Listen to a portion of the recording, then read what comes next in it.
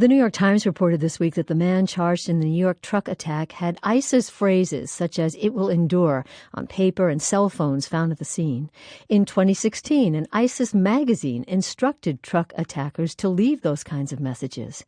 And this week, an ISIS newsletter claimed the Manhattan attacker was a soldier. But did he communicate with the group or just read its magazine? And how has ISIS's vast communication network changed after its de facto capital, Raqqa, in Syria, was taken back by American-backed forces last month? Mina Al-Lami studies jihadi media at BBC Monitoring, which monitors media. Mina, what have you seen? Well, we have noticed a significant drop in IS's media output since the fall of Raqqa. And we're talking about, from an average of 20 to 30 unique media items per day through IS's official channels on Telegram, down to 10 or less items per day. What do you think that means? Well, I think one thing is that a significant part of IS's media operation was actually based in Raqqa. We were never sure, of course, that was kind of the indication that it was based there, as well as possibly in Mosul in Iraq. But I think with the fall of Raqqa, we found, for example, that 2 of IS's flagship products have disappeared. First and foremost is its radio station called Al-Bayan, and that was it used to transmit from Mosul in Iraq and Raqqa in Syria. In order to have wider reach, IS used to offer its radio broadcast as podcasts in multiple languages, including in English and Russian and French. This was a key feature of its daily propaganda that has been going since April 2015. And since the 25th of October, these podcasts stopped. Well, you sent us a podcast episode from IS's station, Al-Bayan. Let's listen to some of it. In East Asia, the soldiers of the Khilafah killed 3 soldiers of the Crusader Filipino Army during clashes in the neighborhood of Baling, and also sniped and killed the 4th Crusader in the neighborhood of Marionat in the city of Marawi. So, Mina, what's going on here? Is it just a laundry list? So what we were listening to was an alleged IS presenter reading out news of the past 24 hours. And he's talking about the various IS's so-called provinces.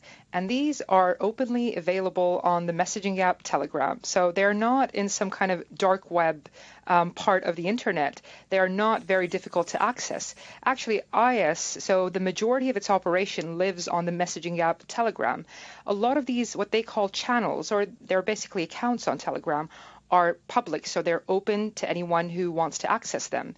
Of course, there are a lot of efforts from Telegram and all these social media companies to suspend these accounts, but they just keep on re-emerging. Does it really matter that there aren't new missives? As you said, it's down from like 30 to maybe 10 a day.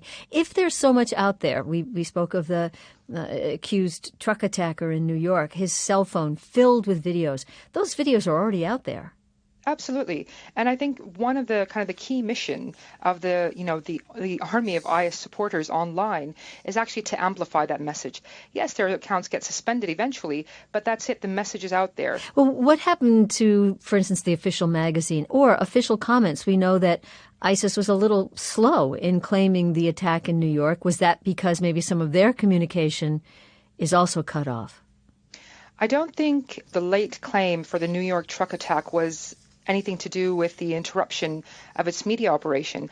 The central media, as well as its so-called news agency, Amaq, they're still active. They're still putting out material. The thing is that IS typically doesn't claim attacks when the perpetrator is arrested, when he's caught alive, basically, simply because in that case they might either harm the person even more by claiming, association, or the suspect could then, turn around and deny any knowledge or can contradict the IS claim. However, my opinion personally in this instance, they waited for news to trickle from mainstream media. Now the suspect continued, even after his arrest, continued to kind of show some kind of loyalty or allegiance to IS. So I think with that, it was kind of like a sign to IS, say, okay, we're not going to harm him even further, so we need to claim this. However, it's worth mentioning that the claim did not come out through its central channels on Telegram. Instead, they featured it lower down in its weekly magazine An-Naba. And I think that's kind of, they try to get around the delay, the hesitance by saying, well, An-Naba, the magazine, it's a roundup anyway of events of the week, so that's fine to feature it there. However, there was another magazine, Rumiyah, that hasn't been published. The first time that skipped a publication. Absolutely. And this is crucial because the core of Rumiyya is, to incite attacks, lone actor attacks in the West.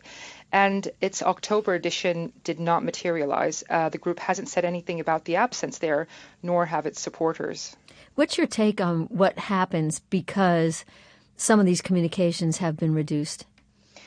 I think, first of all, it does seem to be a clear kind of effect from losing Raqqa, before Mosul. Now it's kind of reports today that they've lost the city of Deir ez-Zor. So no doubt this will have an impact on their media operation.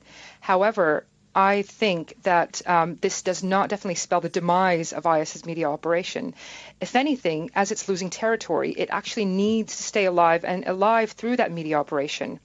Mina Al-Lami of BBC Monitoring. They analyze communications around the world. Mina, thanks as always. My pleasure.